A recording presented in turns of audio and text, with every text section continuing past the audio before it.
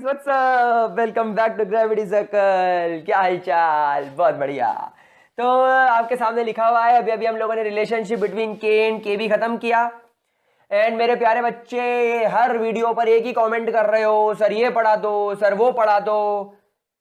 सब पढ़ा रहा हूं मैं तुमको, और ऐसा एक भी लेक्चर नहीं है, ऐसा एक भी टॉपिक नहीं है जो मैंने प्रीवियसली ना पढ़ाया हो, और सब पढ़ा दूंगा।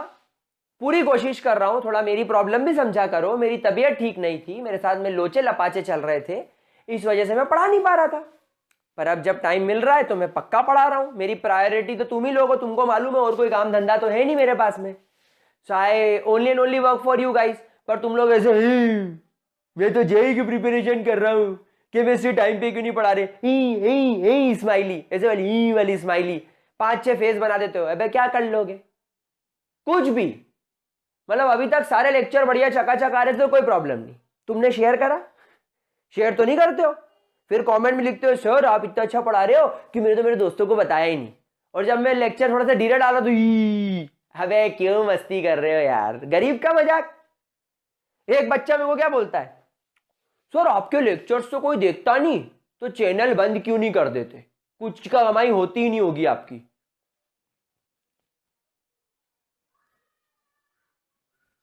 क्या बोलूं अब मैं उसको?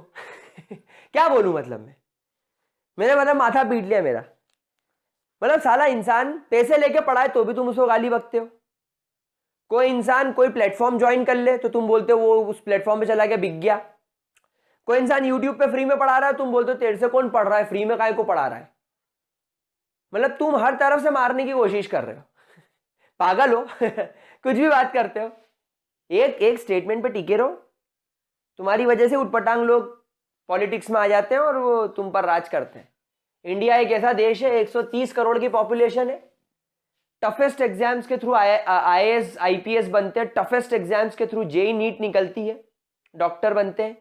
लेकिन जब बात आती है देश को चलाने की, तो वो 8वीं फेल ही लोग देश चला पाते हैं। कारण हमारी ये सोच, हमारी ये थिंकिंग, हमारी ये जो बोलते हैं ना, ये बात करने का तरीका।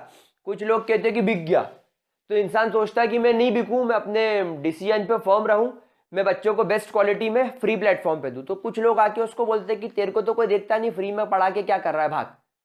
समझ रहे हो? बस ये चीज है। चलो ग्रेट।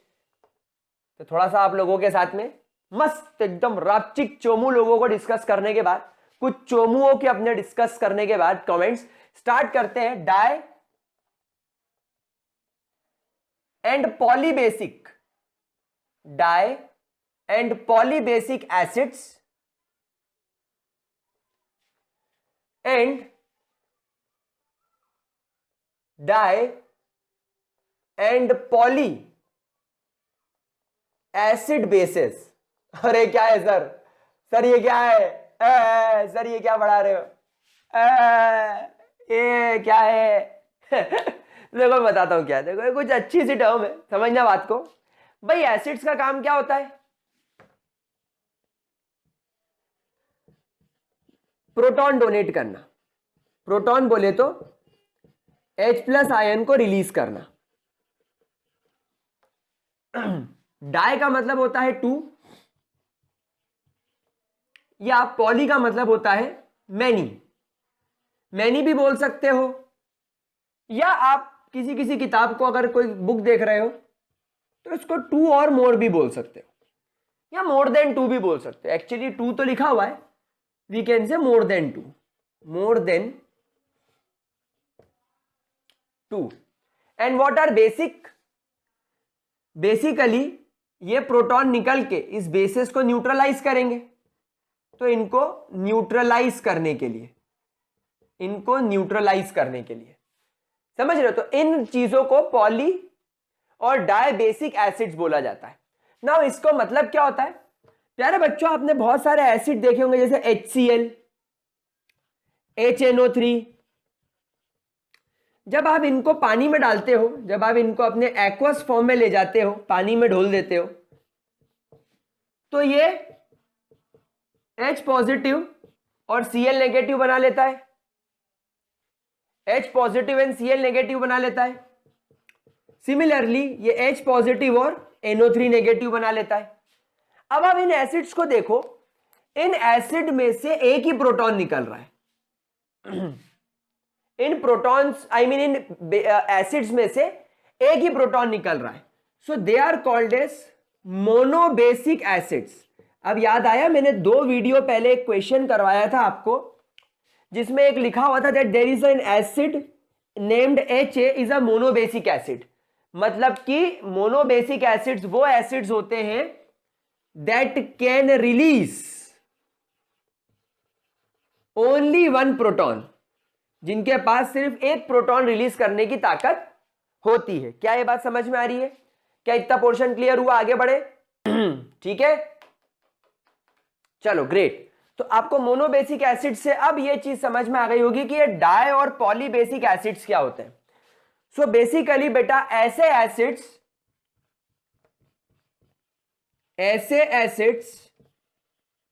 दैट कैन रिलीज, ऐसे acids that can release more than 1, या मैं ऐसा कहूं that can release 2 protons are called as dibasic acids, whereas more than 2 protons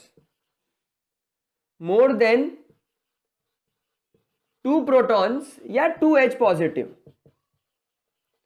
are called as polybasic acids. समझ गए कैसे? चलो एक एग्जांपल लेकर लेते हैं। मान लो आपके पास में एक एसिड है जिसका नाम है H2A। एक एसिड है जिसका नाम क्या आपके पास में? H2A। अब जब ये वाटर में जाकर एक्वस फॉर्म में जाकर अपने डिसोसिएशन शुरू करेगा, तो पहले ये H पॉजिटिव बाहर निकलेगा और AH नेगेटिव बाहर निकलेगा। पहले ये H पॉजिटिव बाहर निकलेगा और AH नेगेटिव बाहर निकलेगा। इस वक्त हम इसके डिसोसिएशन कांस्टेंट को Ka1 से लिखेंगे। Dissociation constant of N acid जब वो पहली बार डिसोसिएशन में जा रहा है, तो ये हो जाएगा H positive multiply by AH negative upon H2A। आपको इससे कुछ वैल्यू मिलेगी। फिर अगले केस में क्या होगा? ये बचा हुआ HA नेगेटिव अभी भी पानी में पड़ा हुआ है, तो कुछ समय बाद ये फिर से डिसोसिएशन में जाएगा और इस तरीके से फाइनली कंप्लीट डिसोसिएशन में चला जाएगा। इस सेकेंड स्टेप के डिसोसिएशन को आप डिसोसिएशन कांस्टेंट 2 बोलेंगे। H पॉजिटिव यहां भी मिला, लेकिन अब ये हो गया A die negative upon HA negative likewise. समझ गए? समझ रहे हो? तो अगर आपको यहां पर नेट डिसोसिएशन कांस्टेंट चाहिए, यानी ओवरऑल इस डाई बेसिक एसिड का, तो आपको यहां पर Ka1 को Ka2 से मल्टीप्लाई करना पड़ेगा। Ka1 क्या है? H positive plus AH negative upon H2A multiply by K2 क्या है? H positive plus A die negative upon HA negative. तो ये और ये कैंसल आउट हो गया, तो यहां पर क्या बचा? H पॉजिटिव का स्क्वायर, क्योंकि H और H मल्टीप्लाई हो गए, A die negative upon H2A। ये आपका ओवरऑल Ka हो गया, यानी डाई बेसिक एसिड का ये ओवरऑल A हो गया। H की पावर 2 किस बात को शो करती है? H की पावर 2 इस बात को शो करती है कि जब आप इक्वेशन 1 और इक्वेशन 2 को ऐड कर दोगे तो ये HA और ये HA कट जाएगा। यहां पर आपके पास में H2A बचेगा एक्वस फॉर्म में, ये HH मिलकर 2H पॉजिटिव बना लेंगे और A डाई नेगेटिव बना लेंगे। तो ये ओवरऑल रिएक्शन आपको ऐसी दिखेगी, ये ओवरऑल रिएक्शन आपको ऐसी दिखेगी। ओवरऑल रिएक्शन का Ka ऐसे निकलेगा, लेकिन अगर आप इंडिविजुअल स्टेप वाइज जाओगे तो 2 अलग अलग Ka मिलेंगे आपको, एक Ka1 एक Ka2। सो इस तरीके से आपका डाई बेसिक एसिड जो होता है वो धीरे धीरे एक एक करके धीमे धीमे धीमे धीमे धीमे एक एक प्रोटॉन जो है वो रिलीज करता जाएगा। समझ में आ रही बात?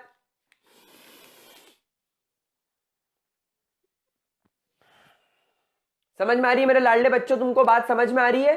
मेरे बच्चों, मेरे बेटो, मेरे गुल्लो, मेरे बुल्लो, मेरे चोमू बेटो, नहीं चोमू नहीं, चोमू नहीं, चोमू तो मुझे बोलता है कि चैनल बंद कर दो, फिर चोमू बोलता है कि तुम बिक गए। चोमू इस चोमू चोमू चोमू, ये करना आसान है, चोमू को समझना मुश्किल है। चलो, क्योंकि चोमू को खुद को नहीं पता कि वो क्या है, तो हम उसको कैसे समझे? ठीक है, देख लो। तो ये मेरे प्यारे बच्चों डाइबेसिक एसिड्स की बात हो गई। डाइबेसिक एसिड क्या करेंगे? दो अलग अलग प्रोटॉन रिलीज करेंगे। समझ में आ रही बात? ऐसे ट्राइबेसिक एसिड्स भी हो सकते हैं, ऐसे पॉलीबेसिक एसिड्स भी हो सकते हैं। ठीक है, नोट कर लिया? रब करूं? स्क्रीनशॉट ले लिया? चलो, अब एक एग्जांपल ले ले। डाइबेसिक एसिड्स के एग्जांपल लिख देता हूं आपके सामने ताकि आपको डर ना लगे। एक H2SO4 है भाई। H2SO4 दो प्रोटॉन रिलीज करता है। कैसे? पहले H2SO4 पानी में जाकर H पॉजिटिव और HSO4 नेगेटिव रिलीज करता है। फिर HSO4 नेगेटिव पानी में रहते रहते धीरे धीरे SO4 डाइनेगेटिव में टूट जाता है। ये इसकी दो स्टेप है। फिर आपका कार्बोनिक एसिड H2CO3,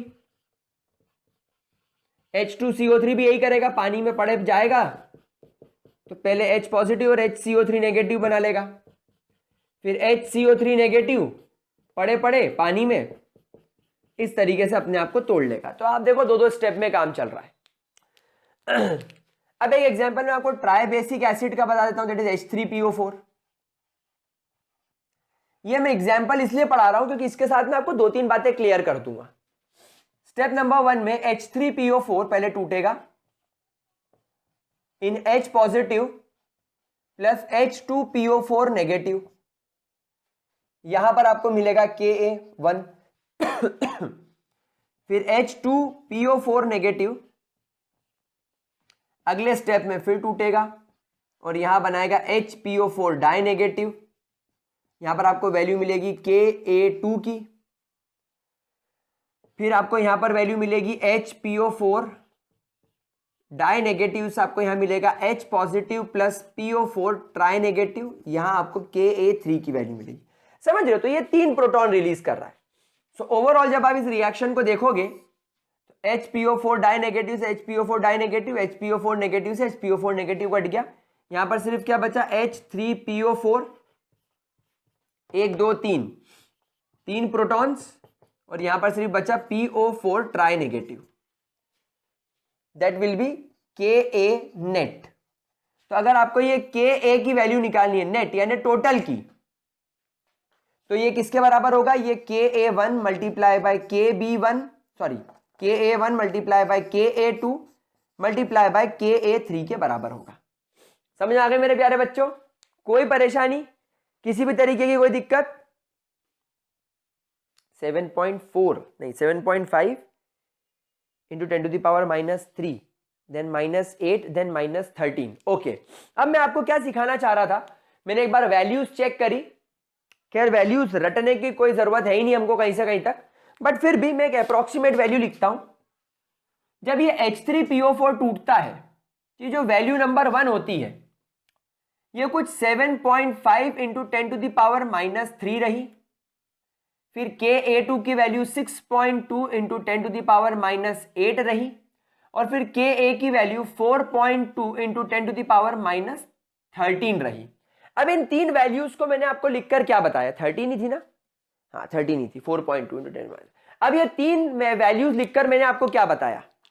यानी Ka की value 7.5 into 10 to the power -3, 6.2 into 10 to the power -8 and 4.2 into 10 to the power -13। तो यहां पर इन तीन वैल्यूज का आप क्या कोरिलेशन निकाल रहे हो? मतलब जैसे जैसे आप Ka1 से Ka2 की तरफ जा रहे हो, यानी जैसे पहला प्रोटॉन निकला होगा एसिड से, Ka की वैल्यू बहुत ज्यादा बड़ी आई, this value is very large. क्यों? क्योंकि यहां पर 10 टू द पावर -3 ही है, it is only 10 to the power -3। लेकिन जब आप यहां पर जाते हो तो ये value is extremely, I will repeat, it is very extremely small, 10 to the power -13। मतलब पहला प्रोटॉन निकालना हमारे लिए बहुत आसान है, पहला प्रोटॉन निकालना हमारे लिए बहुत आसान है, लेकिन दूसरा प्रोटॉन और तीसरा प्रोटॉन निकालना हमारे लिए थोड़ा सा टफ हो जाता है। इसके पीछे कोई लॉजिक सोच सकते हो आप लोग? भैया सीधी सी बात है, पहला प्रोटॉन आप एक न्यूट्रल मॉलिक्यूल से निकाल रहे हो, जो कि हमारे लिए आसान है, लेकिन बाद वाले जो प्रोटॉन्स निकल रहे हैं ये एक नेगेटिवली चार्ज्ड एन आयन से निकल रहे हैं। It is coming from a negatively charged anion. तो हमेशा ध्यान रखना, नेगेटिवली चार्ज्ड एनायन से एक पॉजिटिव चीज को निकालना हमारे लिए बहुत मुश्किल होता है। क्यों? क्योंकि उसकी वजह से इस पर नेगेटिविटी बढ़ेगी, और जितने ज्यादा नेगेटिव चार्ज बढ़ेंगे ये अपने आप को उतना अनस्टेबल फील करेगा। तो हमेशा ध्यान रखना, न्यूट्रल बॉडी से प्रोटॉन निकालना हमेशा आसान होगा, इसलिए हमेशा ध्यान रखना, नॉट विद दिस केस। अगर आप इन केसेस की भी बात करोगे तो इसका Ka1 और इसके Ka2 में हमेशा ध्यान रखना Ka1 बड़ा होगा, Ka2 हमेशा छोटा होगा।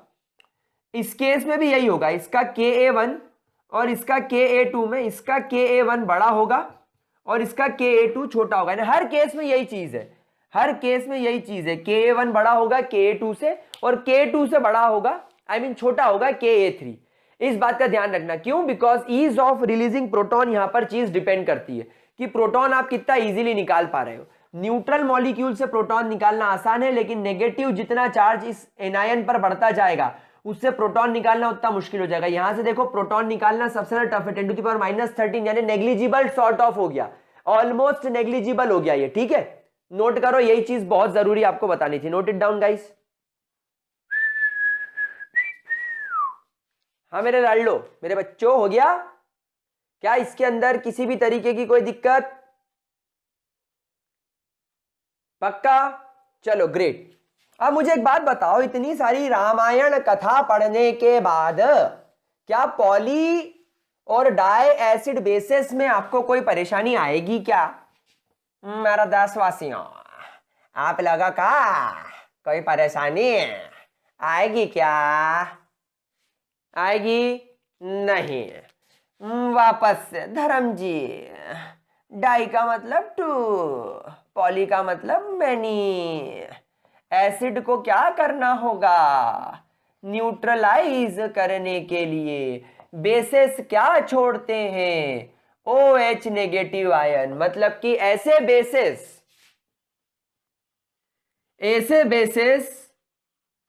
That release 2OH negative ions from a single molecule, एक ही मॉलिक्यूल से, एक ही तीर से 2 निशाने। So bases that release 2OH negative ion from a single molecule is called as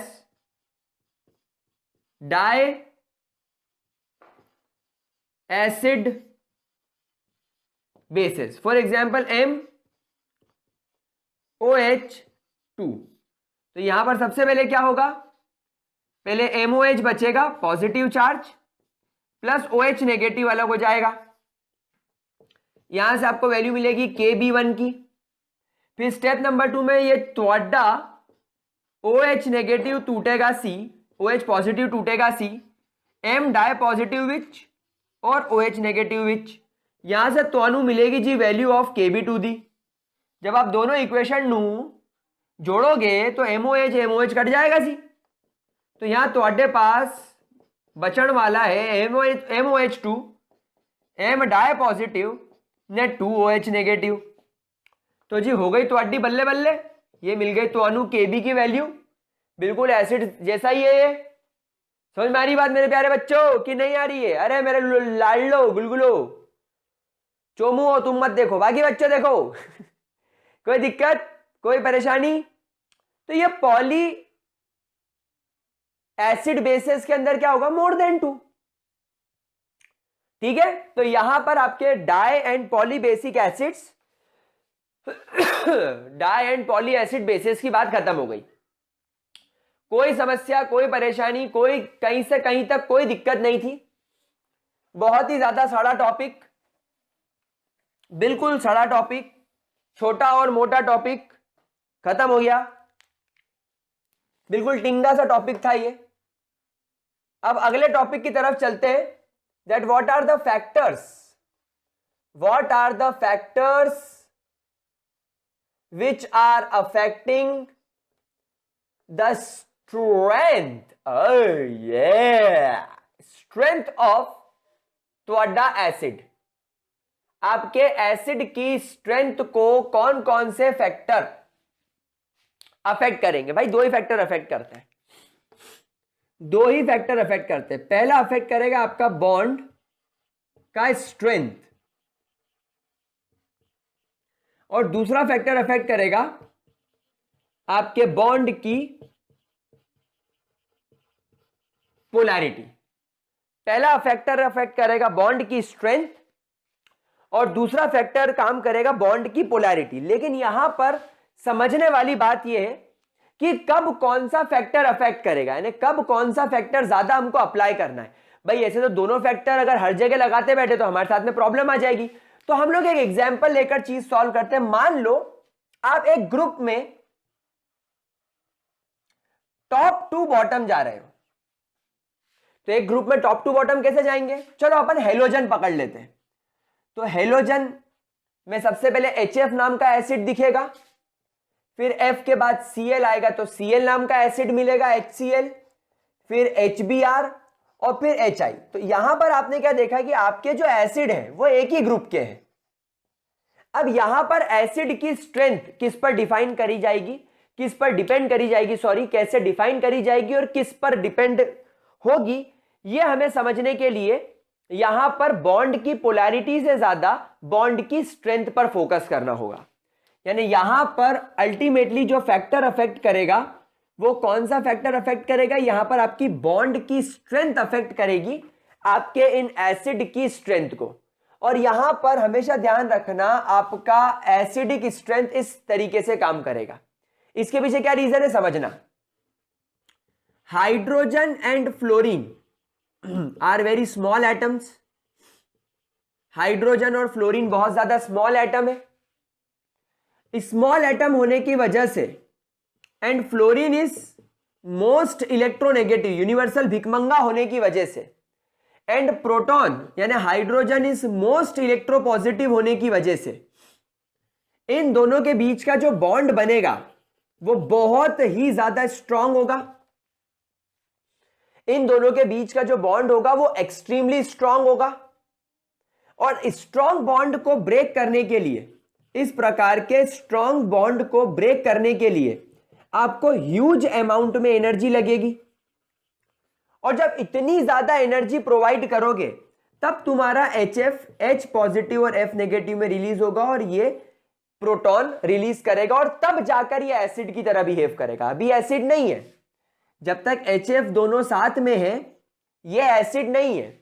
इसको पानी में डालोगे, पानी में जाने के बाद H पॉजिटिव अलग होगा, F नेगेटिव अलग होगा, तब ये एसिड की तरह बिहेव करना स्टार्ट करेगा। लेकिन यहां पर प्रॉब्लम क्या हो गई कि इसकी बॉन्ड इतनी ज्यादा स्ट्रांग हो गई कि ये ब्रेक ही नहीं हो रही है।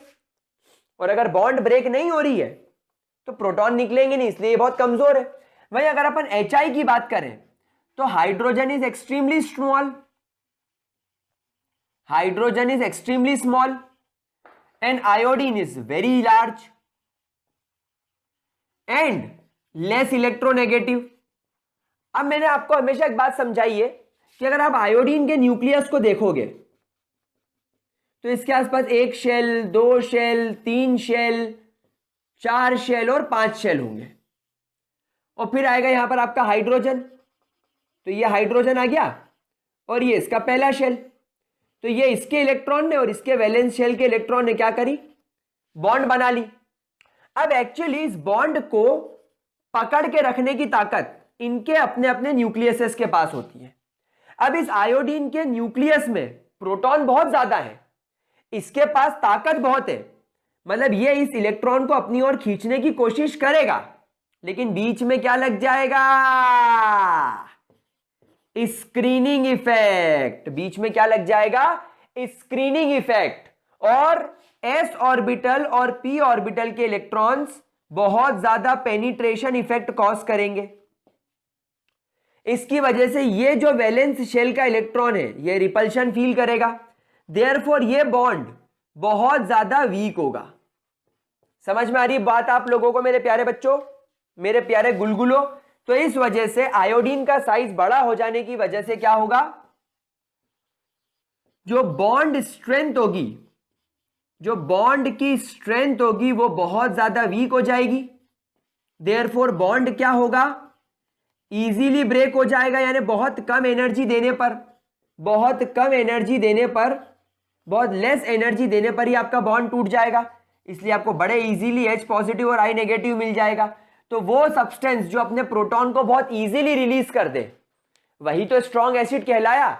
भाई आज की तारीख में स्ट्रॉन्ग एसिड कौन है? जो अपने प्रोटॉन को इजीली रिलीज कर दे। तो आपको बॉन्ड स्ट्रेंथ कब पढ़नी है? जब आप एक ग्रुप में टॉप से बॉटम जाते हो। हमेशा ध्यान रखना, अगर आपको कोई बोले कि इन दोनों में बताओ स्ट्रॉन्ग एसिड कौन है, तो आप इस बेसिस पर बताओगे। चलिए अब आपको एक मैं एग्जांपल होमवर्क के लिए देता हूं। आपको मुझे बताना है H2O में और H2S में ज्यादा स्ट्रॉन्ग कौन है। ये कमेंट सेक्शन में आप इस होमवर्क को सॉल्व करके मुझे बताएंगे कि इन दोनों में स्ट्रॉन्ग कौन है। भाई ध्यान रखना, ऑक्सीजन और सल्फर एक ही फैमिली को बिलोंग करते हैं, एक ही ग्रुप को बिलोंग करते हैं, ग्रुप नंबर 16 को। तो आप इसमें भी टॉप से बॉटम जा रहे हो, तो कौन स्ट्रॉन्ग एसिड होगा मुझे सब बच्चे कमेंट सेक्शन में लिखकर बताएंगे। ठीक है, इसको नोट करेंगे जल्दी से।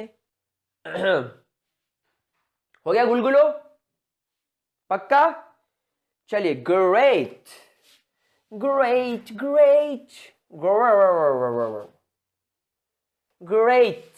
चलिए अब मेरे प्यारे बच्चों, मेरे गुलगुलो, अब मान लो अगर आप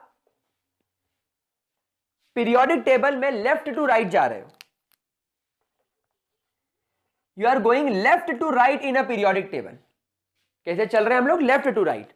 तो अब आपके पास में चलो मान लो एक है मीथेन, एक है अमोनिया, एक है पानी पानी पानी पानी पानी पानी पानी और HF। तो ऐसी कंडीशन में एसिड की स्ट्रेंथ किस चीज पर डिपेंड करेगी? तो यहां पर मेरे प्यारे बच्चों ये डिपेंड करेगी आपके बॉन्ड की पोलैरिटी पर।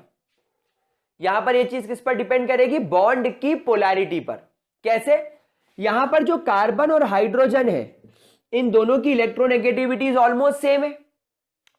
तो ये वाला जो बॉन्ड होगा ये लीस्ट पोलर बॉन्ड होगा, यानी इस बॉन्ड के ऊपर किसी भी प्रकार की कोई पोलैरिटी नहीं होगी।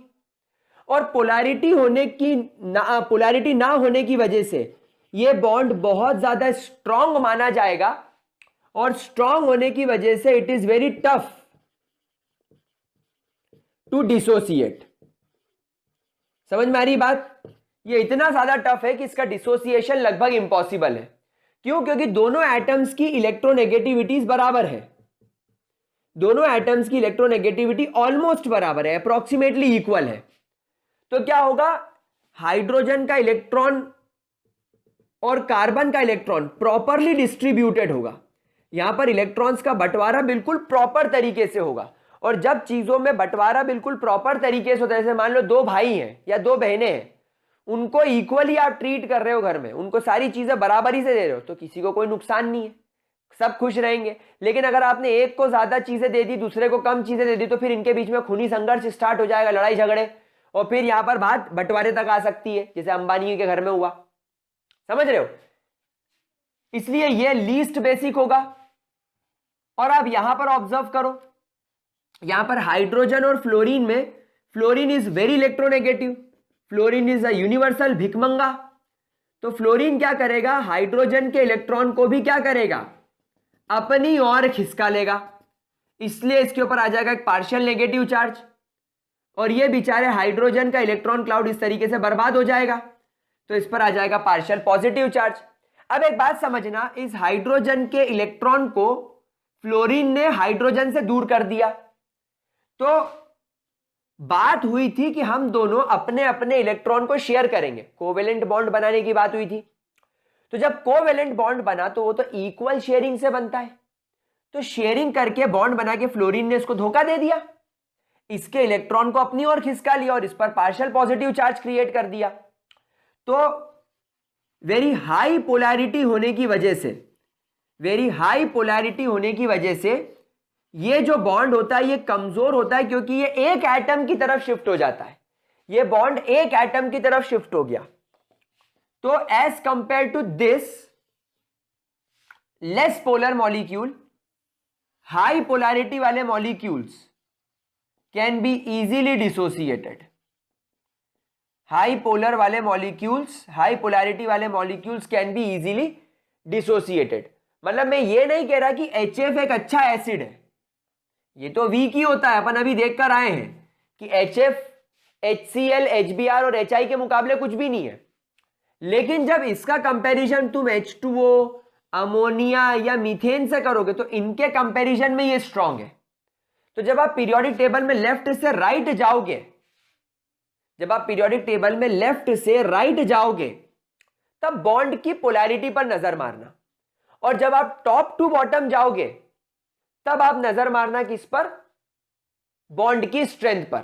जितना बड़ा एटम होगा वो हाइड्रोजन को उतना इजीली छोड़ देगा, मतलब वो उतना स्ट्रॉन्ग एसिड होगा। अब यहां पर आपसे एक सवाल अगर मैं पूछूं कि आपके पास में H2S और HCl है, तो अब आप यहां पर बताओ कि इन दोनों में से ज्यादा अच्छा एसिड कौन होगा। तो नो डाउट यहां पर HCl ज्यादा अच्छा एसिड होगा, कारण सल्फर के मुकाबले क्लोरीन की इलेक्ट्रोनेगेटिविटी ज्यादा होती है, तो इन दोनों के बीच का जो बॉन्ड होगा वो ज्यादा पोलर होगा, ये बॉन्ड ज्यादा पोलर होगा, इन दोनों के बीच का बॉन्ड कम पोलर होगा। वैसे यहां पर जो PH3 होगा ये और कम हो जाएगा, और SiH4 होगा वो लीस्ट बेसिक, वो लीस्ट एसिडिक होगा। समझ में आ गई बात। तो मेरे प्यारे बच्चों ये हो गया आपके factors affecting the strength of acid. दो फैक्टर पढ़ाए एनसीईआरटी में, दो फैक्टर को पता नहीं कैसे अजीबोगरीब तरीके से उलझा के दिया हुआ है, हमने इस फैक्टर को सुलझा लिया। अब आप इसको आराम से अपने काफी में नोट कर लो, और काफी पियो है कॉपीज में नोट कर लो मेरे प्यारे बच्चों। और किसी भी प्रकार की कोई दिक्कत हो तो कमेंट सेक्शन में पूछो, फिर अपन आगे बढ़ते हैं। तब तक के लिए नोट इट डाउन गाइस। चलो मेरे प्यारे बच्चों यहां तक कोई दिक्कत। चलिए, तो हम लोगों ने आज के लेक्चर में factors affecting the strength of acids की बात भी कर ली। अब गाइस एक लास्ट बात, बहुत प्यारी बात, बहुत सिंपल बात और बहुत इजी बात, is the common ion effect. और मेरे प्यारे बच्चों इस बात का ध्यान रखना, ये हर जगह पर इस्तेमाल होगा, it is not that much easy. इतना आसान क्या बोल रहा हूं यार मैं, it is very easy, it is very easy, और ये हर जगह यूसेबल है। मैं ऐसा बोलना चाह रहा था कि ये इजी है और हर जगह यूसेबल है, इसलिए आपको ये हर जगह आराम से बढ़िया चकाचक, कोई चिंता नहीं होगी ना। कॉमन आयन इफेक्ट होता क्या है, मेरी बात समझना, देखो बहुत आराम से मेरी बात समझना। ये ली चैट्रियल प्रिंसिपल, ये ली चैट्रियल प्रिंसिपल जो हमारा था ना थोड़ा सा ये इसी चीज पर बेस्ड है, तो थोड़ा सा ध्यान रखना कि कैसे मैं काम कर रहा हूं। मान लो आपके पास में एक वीक एसिड है, अब ये ध्यान रखना, it can be a weak acid और it can be a weak base. यानी हमेशा ऐसा नहीं है कि आप सिर्फ इसको वीक एसिड के लिए लगा रहे हो, you can use it for the weak bases also. यानी common ion effect is basically used for both weak acids and weak bases, weak acids and weak bases, मतलब weak acid और weak base दोनों के लिए। तो अभी imagine करो मेरे पास में बहुत वीक एसिड है, एसेटिक एसिड CH3COOH। अब हम लोग सब जानते हैं कि जो वीक एसिड होता है ये ऑलमोस्ट नेग्लिजिबल क्वांटिटी में डिसोसिएट होता है, इसका डिसोसिएशन एकदम नेग्लिजिबल क्वांटिटी में होता है, पर फिर भी आपको यहां पर एसीटेट आयंस मिलते हैं। अब क्या हुआ, रिएक्शन बड़ी खुश है, क्यों खुश है, इक्विलिब्रियम में आ गए हैं। रिएक्शन क्या है, बड़ी खुश है, रिएक्शन बहुत खुश है कि हम लोग कहां आ चुके हैं, इक्विलिब्रियम में आ चुके हैं। अब क्या होगा? अब होगा ये कि इस रिएक्शन के अंदर मैं एक स्ट्रॉन्ग इलेक्ट्रोलाइट ऐड कर दूंगा। अब इस रिएक्शन के अंदर मैं क्या कर दूंगा? एक स्ट्रॉन्ग इलेक्ट्रोलाइट ऐड कर दूंगा, और यह बात मैं ध्यान रखूंगा कि जो मैं स्ट्रॉन्ग इलेक्ट्रोलाइट ऐड कर रहा हूं उसमें, और जो मेरे पास में वीक एसिड या मेरे पास में जो वीक बेस है उसमें, आई रिपीट, मेरे पास में जो स्ट्रॉन्ग इलेक्ट्रोलाइट है उसमें और जो वीक एसिड या बेस है उसमें, there should be a common ion, यानी in both our weak acid या our weak base and our strong electrolyte, आपके स्ट्रॉन्ग इलेक्ट्रोलाइट में और आपके वीक एसिड में या आपके स्ट्रॉन्ग इलेक्ट्रोलाइट और वीक बेस में must have a common ion, it must have a common ion. तो जब ये डिसोसिएट होगा तो कैसे डिसोसिएट होगा? Na पॉजिटिव और CH3COO नेगेटिव। अब लफड़ा क्या होगा? अब प्रॉब्लम क्या होगी समझना। अभी आप सिर्फ फोकस करो इस केमिकल रिएक्शन पे। क्या हुआ? शानदार रिएक्शन जो है वो कायम आ चुकी है, आपके इलेक्ट्रोलाइट, आपकी जो रिएक्शन है मस्त इक्विलिब्रियम पे आ चुकी है। और इक्विलिब्रियम पर आने के बाद क्या हुआ? इस केमिकल रिएक्शन ने परफॉर्मेंस बंद कर दी, मतलब स्टैटिक दिखने लग गई आपको। अब जैसे एक H पॉजिटिव और CH3CO नेगेटिव जुड़ता, CH3COH बनाता, वैसे CH3COH टूटकर H पॉजिटिव CH3CO नेगेटिव बना लेता। रिएक्शन इक्विलिब्रियम में आ गई।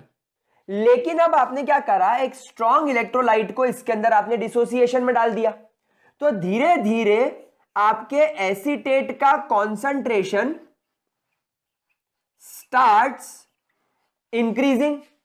अब क्या हुआ? पहले जितने एसीटेट आयन थे इक्विलिब्रियम पर वो तो थे, और इस स्ट्रॉन्ग इलेक्ट्रोलाइट की जो 100% डिसोसिएट हो गया, अचानक से इसका कॉन्सेंट्रेशन बढ़ने लगा, बढ़ने लगा, बढ़ने लगा। तो ली चार्टेरियल प्रिंसिपल क्या बोलता है कि रिएक्शन हमेशा अपने आप को इक्विलिब्रियम पर ले जाने की कोशिश करेगी। कैसे? In moving the opposite direction, opposite direction में जाकर। कैसे?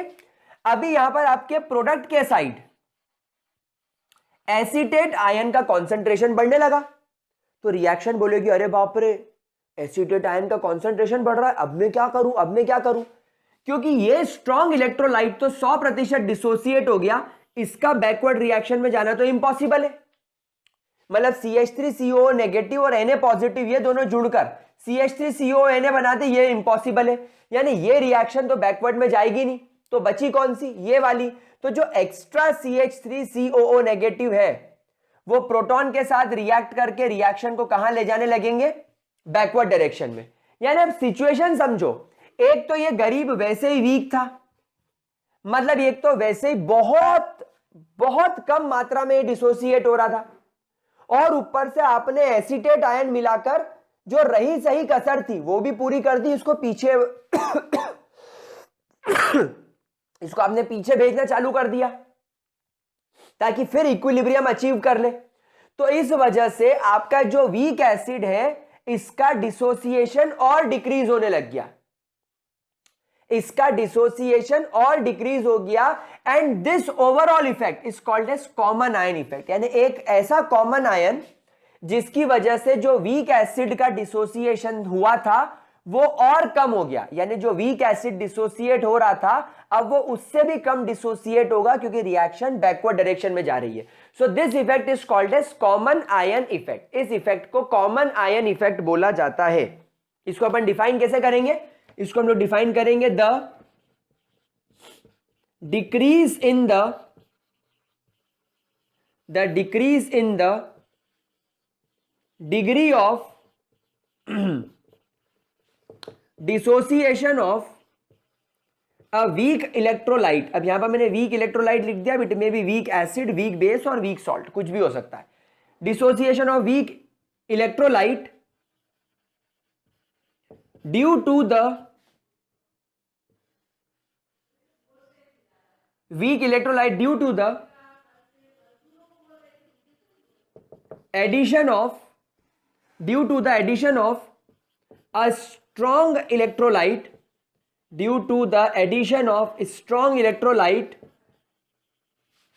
that have a common ion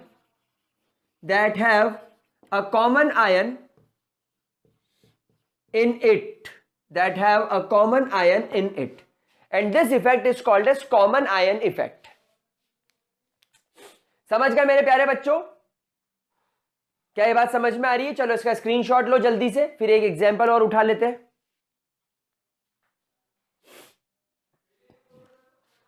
ठीक है मेरे प्यारे बच्चों? चलो अब मैं एक एग्जांपल कौन सा उठाऊं? NH4OH एक वीक बेस होता है और NH4Cl एक स्ट्रॉन्ग इलेक्ट्रोलाइट होता है. हाँ चलो एक इसका एग्जांपल लेते हैं. मान लो आपके पास में NH4OH है. इमेजिन करो कि ये एक वीक बेस है. अब वीक बेस होने की वजह से ये NH4 पॉजिटिव और OH नेगेटिव में डिसोसिएट हो रहा है. अब आपने इसके अंदर एक स्ट्रॉन्ग इलेक्ट्रोलाइट मिला दिया, ammonium chloride. Ammonium chloride is a strong electrolyte, तो ये 100% डिसोसिएट हो जाएगा NH4 पॉजिटिव में और Cl नेगेटिव में. तो अब क्या हुआ? पहले ये बहुत कम मात्रा में बन रहा था, रिएक्शन अच्छी खासी इक्विलिब्रियम में थी. अब आपने इसी रिएक्शन में, मतलब आप समझ रहे हो, आपने एक ही चेंबर में आपने NH4OH डाला तो रिएक्शन इक्विलिब्रियम में आ गया. अब इसी के अंदर NH4Cl और मिला दिए, तो अब तो क्या हुआ? ये 100% डिसोसिएट होने की वजह से अमोनियम आयन का कॉन्सेंट्रेशन ड्रास्टिकली बढ़ गया. अब क्या होगा?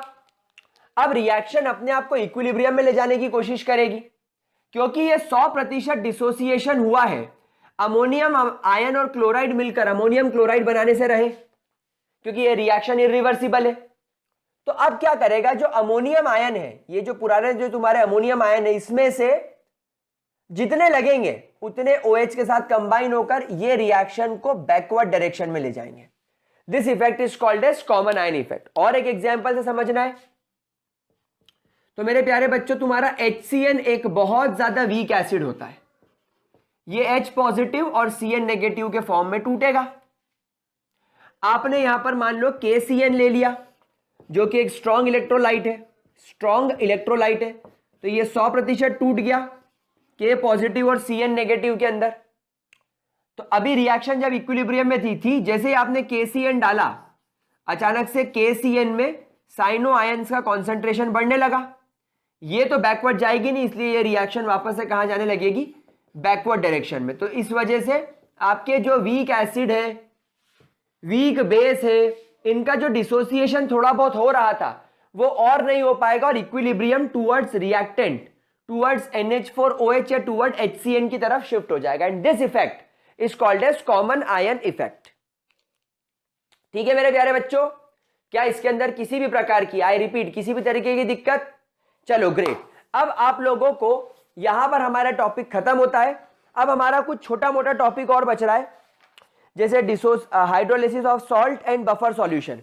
ये हम कोशिश करेंगे अगले एक हाथ वीडियो में निपटाने की. ठीक है, सो डोंट वरी, अगली क्लास में मिलते हैं. आज की क्लास यही खत्म करते हैं. That's all for this video. Bye bye and have a great day मेरे प्यारे बच्चों. कॉमन आयन इफेक्ट को अच्छे तरीके से पढ़ लेना. चलिए बाय बाय.